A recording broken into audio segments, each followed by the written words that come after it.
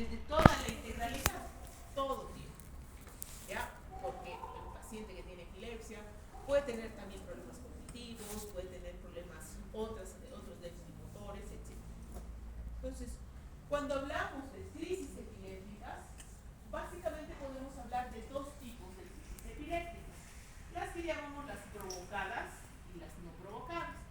Las crisis provocadas, o también se llaman sintomáticas agudas o reactivas. ¿Qué son estas? Son crisis epilépticas, es decir, hay una descarga normal cerebral, pero por un factor agudo, transitorio o reversible del sistémico del sistema nervioso central, como por ejemplo la fiebre, una meningitis, un tóxico, un trastorno metabólico, etc.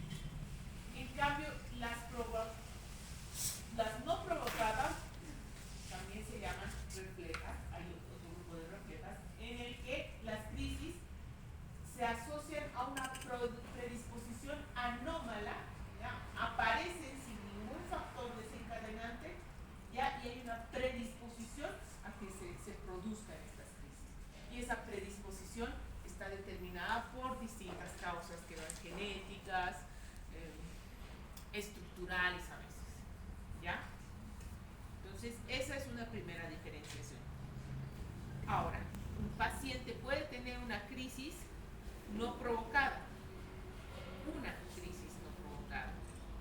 y no ser epiléptico. Una crisis no provocada no es sinónimo de epilepsia. Es decir, ha tenido una crisis sin ninguna causa explicable. Es un paciente que tiene cierta, tal vez, predisposición, pero una crisis no es epilepsia. En la actualidad existe una definición operativa o práctica de la epilepsia que define a la epilepsia como una enfermedad en la que va a haber cualquiera de estas tres circunstancias. Uno, al menos dos crisis no provocadas o reflejas con más de 24 horas de separación entre los eventos.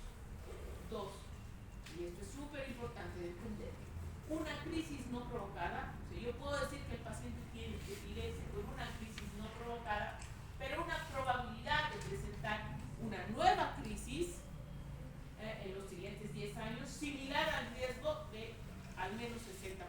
¿Qué quiere decir esto? Que yo puedo decir que un paciente tiene epilepsia con una sola crisis siempre y cuando los factores que acompañan a este paciente, ya sea de la historia clínica, de los estudios, nos dicen que hay una probabilidad alta, más del 60%, de que puede tener otras crisis no provocadas. Entonces, en esas circunstancias, con una crisis, yo puedo definir una epilepsia. Y por último, el diagnóstico de un síndrome epiléptico. Un síndrome, como dice su nombre, es un conjunto de síntomas y signos que a veces las crisis son el síntoma más llamativo, pero están acompañadas de otras cosas. Entonces, aquí se vienen dos nuevos conceptos, lo que se habla, o que hablamos de síndrome epiléptico y otro es encefalopatía epiléptica. El síndrome epiléptico es un trastorno epiléptico que muestra características específicas en cuanto a síntomas y signos, incluyendo cómo ser la evolución natural de la enfermedad, la edad de inicio, el tipo de crisis, la etiología, los hallazgos, las anomalías neurológicas acompañantes, el tratamiento, pero también el pronóstico. ¿Ya? Muchas veces hay pacientes que yo puedo encuadrar en síndromes epilépticos. En la actualidad han descrito más de 20 síndromes epilépticos y que son edad dependiente algunos de ellos, ¿ya? Pero no todas las epilepsias pueden encuadrarse en los síndromes epilépticos porque necesitan ciertas características en común. La encefalopatía epiléptica es un cuadro en el que la propia actividad epiléptica, las mismas crisis recurrentes, van a provocar un deterioro de la función cerebral con discapacidad cognitiva, motora, sobre la misma etiología esperada, ¿cierto? O sea, hay síndromes epilépticos que pueden desencadenar una encefalopatía epiléptica.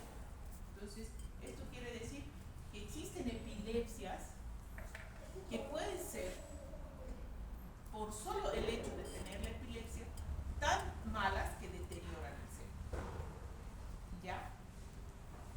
Ahora bien, a partir del 2017, la Liga Internacional de la Epilepsia hace una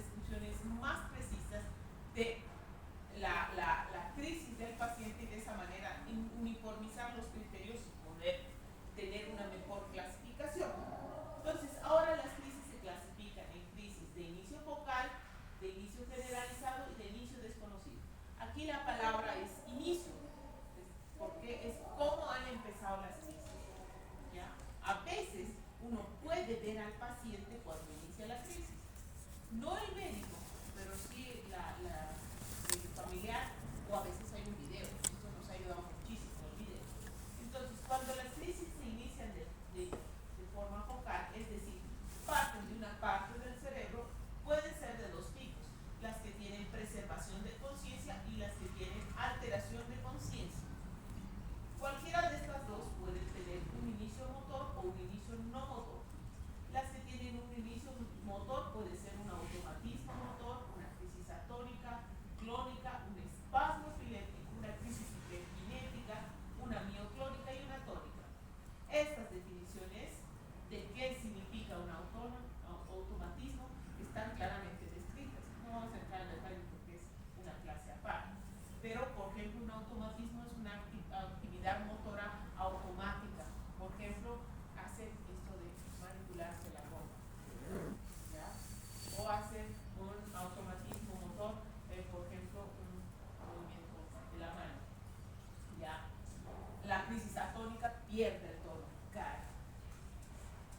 Y las de inicio no motor, que puede ser una actividad automática, empieza a caminar sin rumba o empieza a un chupeteo, ya un arresto del comportamiento, pierde la conciencia súbitamente, que puede ser cognitiva, emocional o sensorial.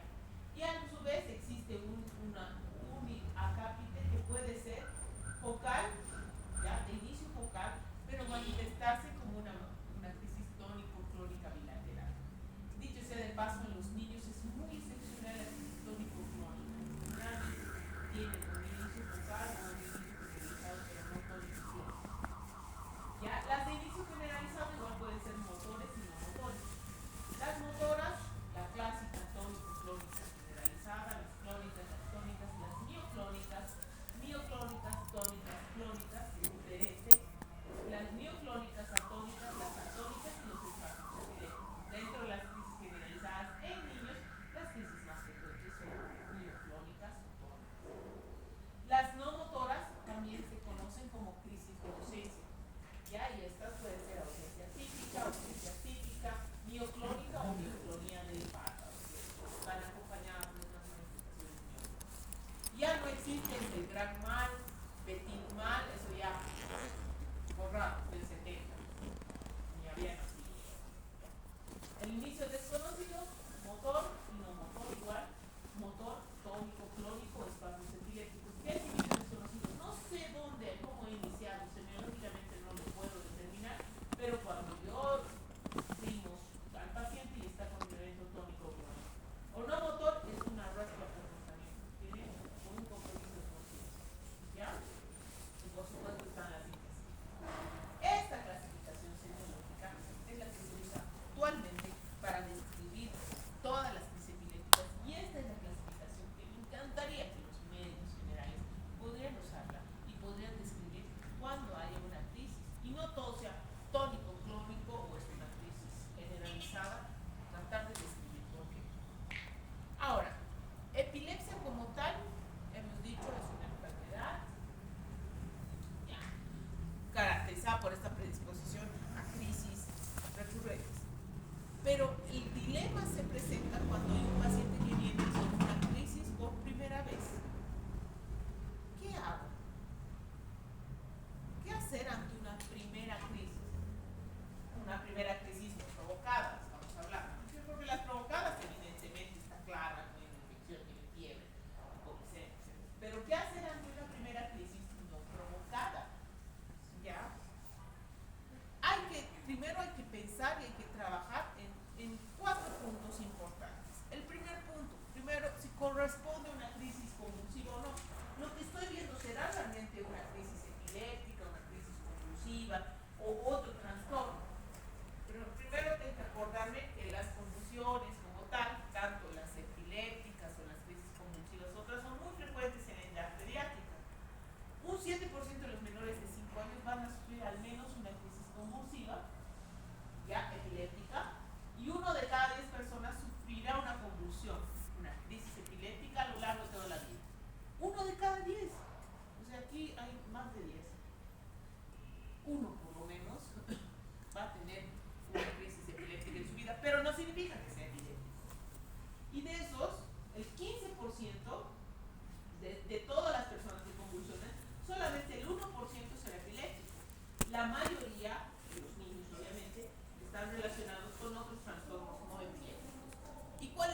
trastornos no epilépticos, que es lo que yo tengo que tratar de diferenciar. Hay algunos eventos fisiológicos y otros psicogénicos. Los fisiológicos, el síncope, el espasmo del sollozo, la migraña, el efecto de drogas. Los psicogénicos, alguna interpretación incorrecta de los síntomas clínicos, como por ejemplo un cólico abdominal en el lactante puede ser interpretado como una crisis. La ansiedad, el estrés, un trastorno conversivo, es decir, una crisis psicogénica que está fingiendo, eso se llama conversivo, un trastorno disociativo, una psicosis. Patrones conductuales como estas estereotipos o movimientos anormales en los pacientes con déficit cognitivos, ya, o la respuesta al estrés. O sea, hay una serie de eventos que ocurren en la edad pediátrica sobre todo, que pueden ser confundidos con una crisis epiléptica, pero que no son. ¿Y cómo yo puedo diferenciar? Básicamente la diferenciación está en una historia clínica, ¿ya? Es la mejor y la única arma hasta el momento. Tenemos videos más, pero el diagnóstico de diferenciación se basa en la historia clínica. Por lo tanto, que yo pueda definir que es una crisis epiléptica o no, es clínicamente lo que voy a hacer. Y la fundamental es la anamnesis. ¿Qué debo preguntar? Detalles de la secuencia temporal. ¿Cómo inició? ¿Dónde inició? ¿Qué lo inició? ¿Qué es lo que desencadenó la crisis? ¿Qué factores desencadenantes? Si estaba relacionado con el sueño, con la vigilia, a qué hora de la noche, cómo despertó, ya el nivel de conciencia posterior, estaba consciente, inconsciente, cuánto duró, ya, y como les digo, ahora todos tienen un celular y todos pueden filmar el video. A veces alcanzan a filmar y ya viendo el video uno puede tener una idea más clara de lo que ha pasado. Entonces, fundamental ser muy quisquillosos al momento de la historia clínica. A veces pacientes dicen, ¿por qué ha convulsionado? Pero, ¿y cómo ha convulsionado? No sé, ha convulsionado. Tenemos que ser muy jodetes al frente de la historia. ¿Bien?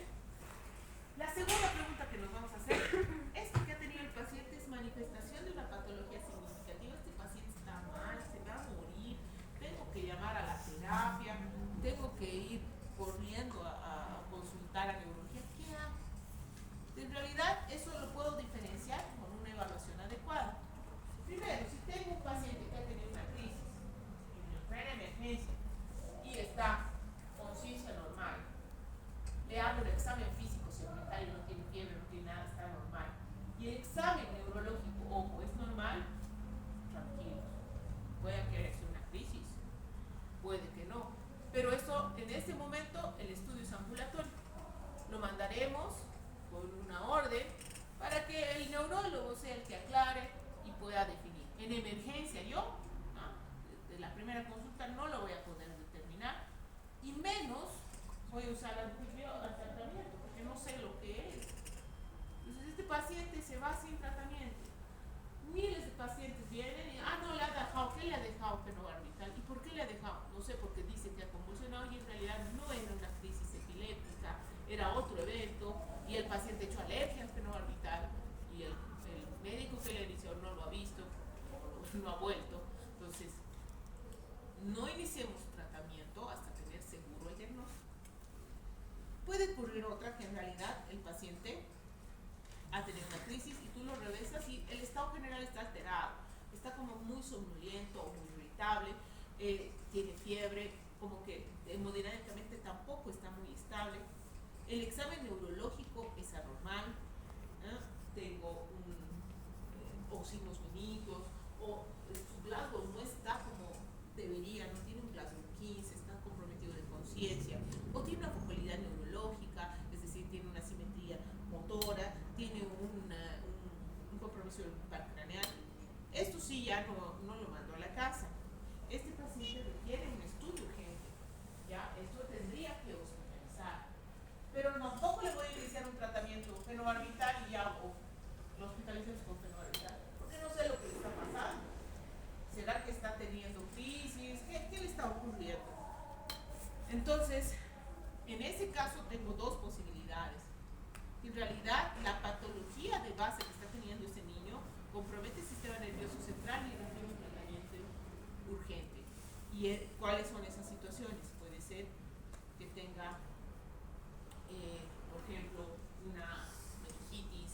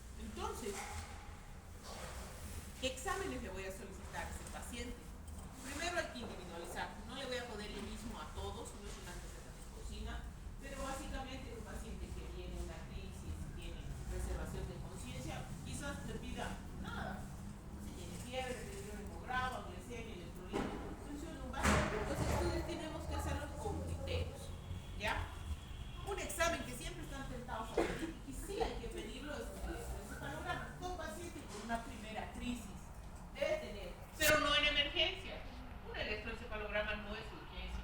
En emergencia, si el paciente ha tenido, no nos va a ayudar nada. ¿Ya? Y es importante su adecuada interpretación. Una anomalía en el electro es predictora de recurrencia en niños neurológicamente normales, pero no en todos. Hay un porcentaje de niños que también pueden tener un electro anormal y no tener crisis. Entonces, tiene que ser una adecuada interpretación, tiene que tener una correlación clínica, y el electro sí es muy útil porque nos permite clarificar si el tipo de crisis, dónde inicia y si el niño está teniendo crisis, descargas epilépticas y que no tiene manifestaciones clínicas. Pero como les digo, ojo, su interpretación debe ser muy adecuada. 4% de los niños no epilépticos pueden tener actividad paroxística en el electro. Es decir, no es epiléptico, no necesita tratamiento, pero puede tener alteración. Y este porcentaje se eleva si tiene alguna otra enfermedad, ya, migraña o tiene una lesión cerebral. Pero si el niño no tiene una clínica de epilepsia, en realidad no requeriría un tratamiento como tal. 40% también de los niños epilépticos como tal, con crisis clínicas, pueden tener un electro interictal normal. Le pide un electro y sale normal. ¿Ya? Y la intensidad de las anomalías epilépticas no siempre refleja la severidad del cuadro. Las crisis epilépticas provocadas pueden tener a veces patrones similares a las crisis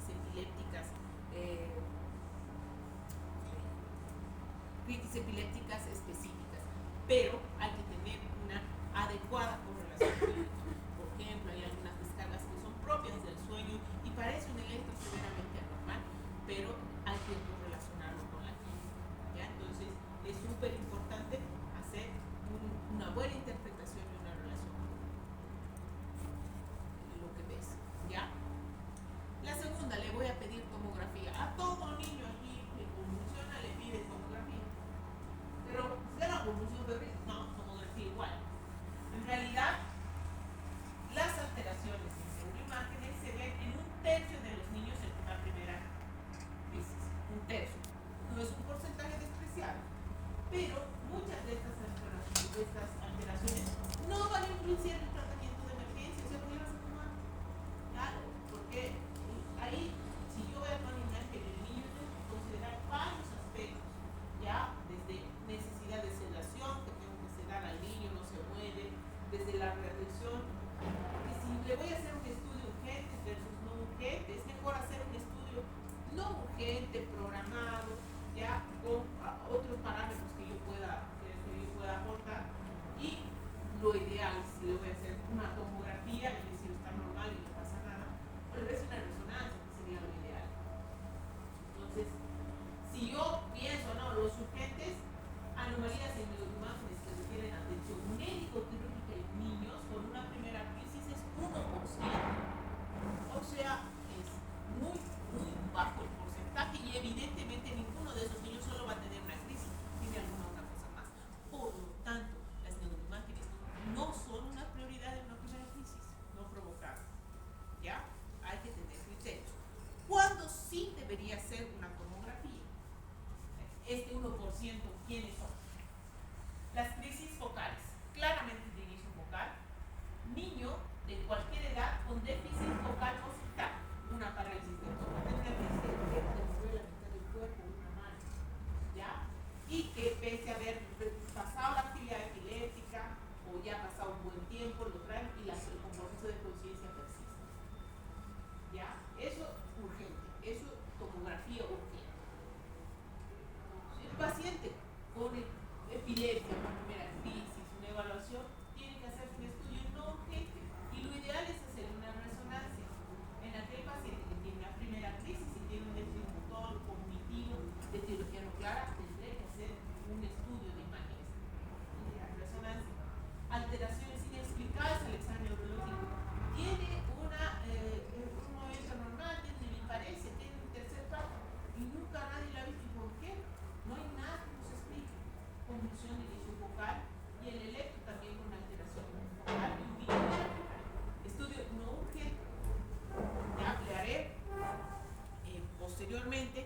puedo una resonancia.